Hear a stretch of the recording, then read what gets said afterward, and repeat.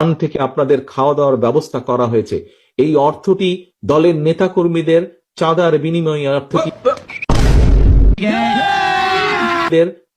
বিনিময়ে অর্থটি ধীরে ধীরে গড়ে উঠেছে। সেই ফান্ড থেকে আপনাদের খাওয়ার ব্যবস্থা করা হয়েছে। দয়া করে এই অর্থটি অপচয় হতে দেবেন না। এত বড় সমাবেশ হয়ে গেল, আমরা কি কোথাও চাঁদা তুলতে বলছি? কাউকে বলি নাই। আমরা নিজেরাও কারো কাছে চাঁদা চাই। এখন কেউ বিশ্লেষণ করে 100, কেউ 200 কোটি। আপনারা শুনবেন যে কেন্দ্রের কয়েক কোটি খরচ হয়েছে।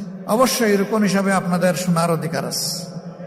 এরকম একটা সমাবেশ হলে 200 কোটি টাকা তো হিসাব করতে হবে। এখানে যদি আমরা ওই সমাবেশে বলতাম যে বিভিন্ন জায়গায় বাক্স রাখা আছে, যে যা পারেন দিয়ে যান, আমার ধারণা বাক্সগুলা সংকুলান হতো না। বড় বড় ব্যবসায়ীরা আমাদের কাছে টাকার বস্তা নিয়ে এসেছে 5 তারিখের পরে, যারা এতদিন কেউ আমাদের নাম সহ্য করতে পারতো না, কেউ ওপেন প্লেসে গালিগালাজ করেছে, কেউ স্বৈরাচারকে সরাসরি সহযোগিতা করেছে, তারাও কেউ এসেছে।